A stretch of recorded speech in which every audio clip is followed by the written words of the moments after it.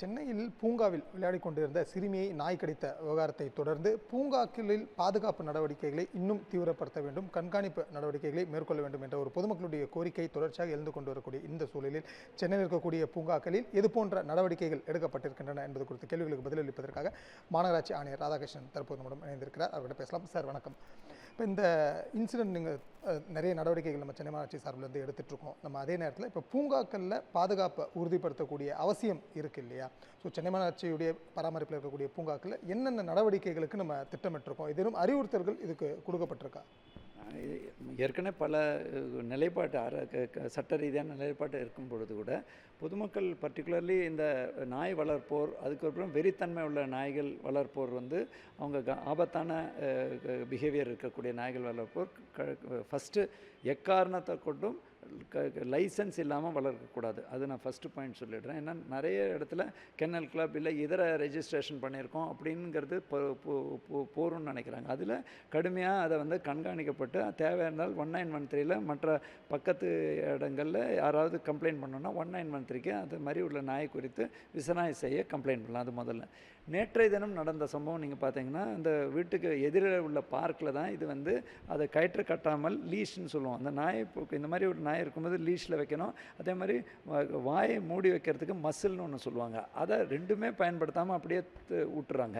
இது கட்டாயம் மாநகர பூங்கா நாங்கள் பாதுகாப்பை ஸ்ட்ரென்தன் பண்ணி இந்த மாதிரி நாய்களை உள்ளே விடாமல் அந்த ஓனர்ஸ் மேலே நடவடிக்கை எடுப்போம்.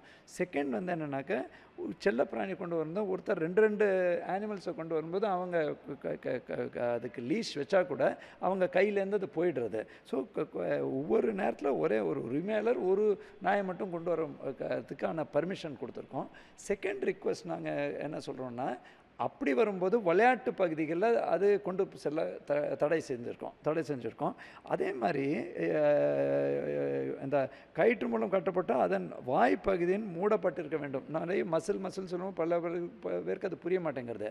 அந்த வெளியில் போகும்போது கடிக்காத வண்ணம் அதை பாதுகாக்கணும். ஏன்னா நம்ம கையிலேருந்து போயிடுது சார், ஆக்சுவலாக ஒரு விபத்து அப்படின்னு இந்த பிராணி ஆழ்வர்கள் சொல்கிறத நம்ம நேற்றைய சம்பவத்துக்கு அப்புறம் ஏற்றுக்கொள்ளத்தக்க மக்களால் அதை ஏற்றுக்கொள்ளத்தக்க ஒரு பதிலாக கருதப்படவில்லை.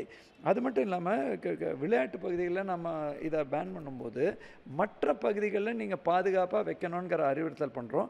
அதுமாரி இவங்க இந்த நாயின் தன்மையை அவங்க புரிந்து கொள்ள வேண்டும். சில நாய்கள் சாதாரண நாயை நம்மக்கிட்ட ரொம்ப நல்லா இருக்குது அப்படின்னு சொல்லிட்டு ஒன்றும் பண்ணாதுன்னு முன்னாடி நடக்கும் பொழுது முன்னாடி நடக்க விட்டுறாங்க. ஆனால் அதே இடத்தில் இன்னொரு தெருநாயோ மற்ற நாய்கள் பார்க்கும்போது குலைக்கும்போது இது தன்னோட தன்மையை மாற்றுகிறது. அதே மாதிரி மற்றவர்களுக்கு ஒரு ஆங்ஸைட்டி, இதையும் அவங்க புரிந்து கொண்டு மாநகராட்சி அதிகாரிகளுக்கும் அந்த பகுதியில் பார்க் ஊழியர்களும் அனைத்து ஒத்துழைப்பு கொடுக்க வேண்டும் என்றும் நம்ம சொல்லியிருக்கோம். அது மாதிரி ஒரு 13 அம்சங்கள் குறித்து எங்களோட பார்க் ஊழியர்களுக்கு அந்த அறிவுரை வழங்கப்பட்டிருக்கு. உரிமை இல்லாமல் வெறித்தனம் கூடிய நாய்கள் வளர்த்தால் கடுமையாக அதை நடவடிக்கை எடுக்கப்படும். அதே நேரத்தில் அப்புறப்படுத்துவோம்னாக்கா இப்போ விலங்குகளுக்கும் பல்வேறு பாதுகாப்பு சட்டங்கள் அரசியலமைப்பு சட்டத்திலேருந்து இருக்குது. ஸோ அதனால் அதை நாங்கள் துன்புறுத்த மாட்டோம். இல்லையா ஒரு தொண்டு நிறுவனத்துக்கு கொடுப்போம், இல்லையா அவர்களையே வேறு பகுதிக்கு அப்புறப்படுத்தி பாதுகாப்பாக வைக்கிறதுக்கான உறுதியை அளித்தார்கள்னால் அது நல்லது. பட் இந்த மாதிரி ஒவ்வொரு ஏரியாலையும் வெறித்தன்மை உள்ள தெருநாய்கள் இல்லையா வெறித்தன்மை உள்ள நாய்கள் இருந்தால் அதற்கு மாநகராட்சி கால்நடைத்துறை நடவடிக்கை எடுக்கும்.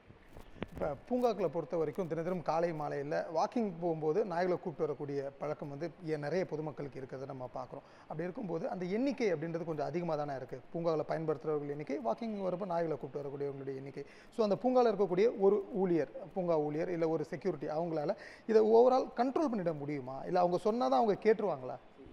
மாநகராட்சி பூங்கா வரைக்கும் சிலது எங்கள் கட்டுப்பாட்டில் நேரடி கட்டுப்பாட்டில், சிலது அவுட் சோர்சிங் முறையில் இருக்குது.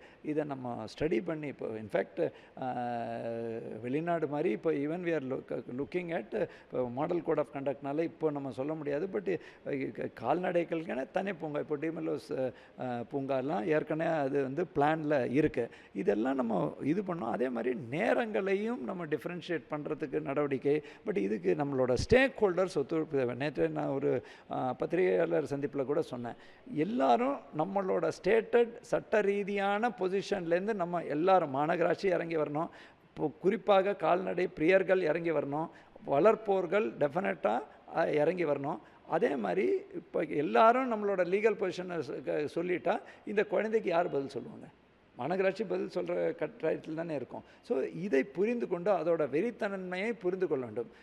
இதோட துரதிருஷ்டம் என்னென்றால் ப்ரொசீஜரல் ரீசன்ஸோ அந்த மாதிரி பல்வேறு காரணங்களால் சில காரணங்களில் தடை செய்யப்பட்டதுக்கும் தடை வருது.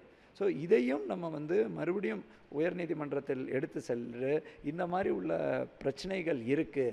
அதே மாதிரி ஆனிமல் பிஹேவியர் பற்றியும் நம்ம பப்ளிக்கு கொஞ்சம் எஜுகேட் பண்ணக்கூடிய கேம்பெயின்ஸும் பண்ண போகிறோம். நான் அதை சற்றுன்னு ஆங்ஷியஸாக கடிச்சிடுறது. ஸோ இந்த மாதிரி பல்வேறு பன்முக நடவடிக்கை எடுத்தால் தான் இது ஒரு 1+1 2ங்கிற மாதிரி சொல்யூஷன் இருக்காது. ஏன்னா இதற்கு ஏற்போரும் இருக்காங்க, எதிர்ப்போரும் அதே அளவுக்கு இந்த மாதிரி உள்ள நடவடிக்கைகள் எதிர்ப்போரும் இருக்காங்க. இதில் பல்வேறு தீர்ப்புகளும் இதில் இதை குழப்பிருக்கு. ஸோ தீர்ப்பு அதை நான் அந்த வார்த்தையை எதுக்கு சொல்கிறேன்னாக்கா, அந்த தீர்ப்புகள் அழினித்தனமான ஒரு கண்ணோட்டத்தில் கொடுக்கக்கூடிய தீர்ப்புனால மன கண்ணோட்டம் நம்ம எடுத்து செல்லணும். நீதிமன்றத்துக்கு சொல்லி இந்த கண்ணோட்டத்தெல்லாம் சொல்லி தான் நம்ம இதை ரெஸ்ட்ரெயின் பண்ணோம். டெஃபினட்டாக மாநகராட்சியோட பராமரிப்பு நேரடியாக பராமரிப்புள்ள பூங்காவோ இல்லையா மற்றவர்கள் அதில் கூடுதல் எண்ணிக்கையான பாதுகாவலரும் நியமிக்கப்படுவார்கள். குறிப்பாக இதில் அந்த வீம்பை நான் ஆனஸ்ட்டாக சொல்கிறேங்க, எல்லாரும் இந்த மாதிரி ஓனர்ஸ் இருக்கோம். அதில் ஒரு கருத்தே ஒரு நீதிமன்ற ஆர்குமெண்ட்டில் பதிவாயிருக்கு. பிராணிகளோட ஓனர்ஸ் சரியாக இருக்க வேணும். ஓனர்ஸ் நல்ல ஓனர்ஸாக இருந்தால் தான் பிராணிகளை நம்ம நல்லா பாதுகாக்க முடியுங்கிற கருத்தை உள்வாங்கி கொண்டு இந்த மாதிரி ஃப்ரீயாக விடுறது. இங்கேயே லீஸ் இல்லாமல் விடாமல் இருந்திருந்தால் இந்த சம்பவமே நடந்திருக்காது. அதுதான் அதே மாதிரி மசில் போட்டிருந்தா கடிக்க முயன்றாலும் கடிக்க முடிஞ்சிருக்காது. ஸோ இந்த மாதிரி பேசிக் ப்ரிவென்டிவ் மெஷர்ஸ் பிராணிகளின் ஆர்வலர்களும் அவருக்கு எடுத்து வைக்கணும். பிராணிகள் வளர்ப்பவரும் இருக்கணும். வீட்டுக்குள்ளே நீங்கள் எப்படி வேணாலும் வச்சுக்கலாம்.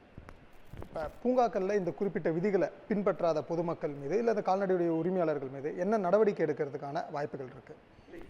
பேசிக்காங்க எல்லாமே நம்ம கராராக கைட்லைன்ஸ்னு ஒன்று இருக்கும், அட்வைசரின்னு இருக்கும். இது ஏதோ இது அல்டிமேட்டாக பொதுவரிக்கு உகுந்த மாதிரி பொதுமக்கள் நடக்கணுங்க. டெஃபினட்டாக ஒரு ஸ்டேஜுக்கு மேலே ஒருத்தர் ரிப்பீட் அஃபெண்டராக இருந்தால் அவங்க மேலே நடவடிக்கை எடுக்கிறதுக்கு மாநகராட்சி நம்மளோட இருக்கிற அர்பன் லோக்கல் ஆர்டிஸில் இருக்கிற சட்டத்தை போட்டு பண்ணோம். பட் நார்மலிங்க ஒருத்தரை தடிப்பார்னு அந்த காலத்தில் இருக்கும் இல்லையா, ஒரு இடத்துக்குள்ளேயே வரக்கூடாதுங்கிறதெல்லாம் அவ்வளோ ஈஸியாக நிறைய பேர் சட்ட நுணுக்கங்கள் புரியாமல் ரொம்ப ஈஸியாக எக்ஸ்ட்ரீமாக ஜீரோன்னு பேசுகிறாங்க, ஒன்றுன்னு பேசுகிறாங்க. இதில் கருப்பு வெளுப்பு அப்படின்னு ரெண்டு பக்கமாக நம்ம பேச முடியாது. டெஃபினட்டாக பொதுமக்கள் உயிரை பாதுகாக்கும் கடமையில் மாநகராட்சி தவறக்கூடாது. அதே நேரத்தில் விலங்கு ஆர்வலர்களோட சில சட்ட ரீதியான பாதுகாப்பு அவங்க கேட்குறாங்க, அதற்கும் நம்ம காம்ப்ரமைஸ் பண்ணாமல் நடக்கணும். இதற்கு முக்கியமான பொறுப்பு அந்த நாய் வளர்ப்போர் கையில் இருக்குது. அவர்கள் இதை புரிந்து கொண்டு இந்த மாதிரி ஒரு சம்பவத்தை தவிர்க்கிறதுக்கு உதவி செய்ய வேண்டும்.